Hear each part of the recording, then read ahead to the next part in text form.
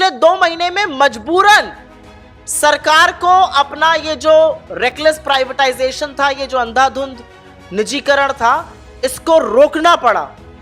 मैं 4 चीजों का नाम यहां पर लूंगी, बीपीसीएल, कॉनकोर, पवन हंस और सेंट्रल इलेक्ट्रॉनिक्स लिमिटेड। बीपीसीएल की बिक्री क्यों रोकी गई? ये नवरत्ना है, इसमें से कुछ महारत्ना कंपनीज हैं। और आपकी जानकारी के लिए बता दूं, ये वो कंपनीज हैं जो प्रॉफिटेबल हैं, ये मुनाफा कमाती हैं, ये स्ट्रेटेजिक हैं, ये जरूरी है इस देश के लिए। ऐसी कंपनियों को बेचा जा रहा है।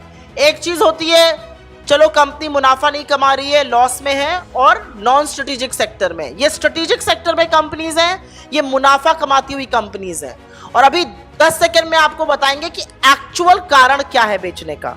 खैर, बीपीसीएल से बात शुरू करते हैं। बीपीसीएल की बिक्री इसलिए रोकी गई क्योंकि 3 में से जो 2 निवेश करने वाले लोग थे वो भाग गए।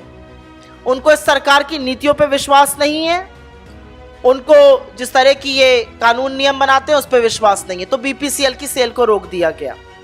पवन हंस लिमिटेड, चाहे ऑफशोर ड्रिलिंग हो, तेल ढूंढने के लिए जो ड्रिलिंग करी जाती है, चाहे बॉर्डर एरियाज में आवागमन हो, सेना का, बीएसएफ का, फोर्सेस का, पवन हंस बहुत काम आता है। पवन हंस की 51% भागीदारी एक ऐसी कंपनी को बेच दी गई जिसके खिलाफ एनसीएलटी कोलकाता ने फैसला सुनाया हुआ है, क्योंकि वो दिवालिया कंपनी के लिए अपने जो एक कमिटमेंट था उसको पूरा नहीं कर पाई थी। ऐसी कंपनी के लिए बेच दी गई।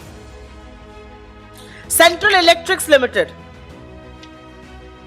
ये साइंस एंड टेक्नोलॉजी मंत्रालय का एक पीएसयू है, क्रिटिकल मटेरियल प्रोवाइड करता है डिफेंस को, एनर्जी डिपार्टमेंट को, एनर्जी प्रोग्राम्स को इंडिया के, और रेलवेज को।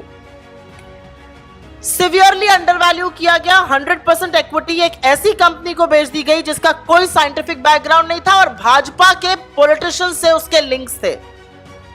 जब पता चला कि 2 बिडर के ही आपस में संबंध हैं तो उसको रोका गया, और ये भाजपा से लिंक्ड लोग थे।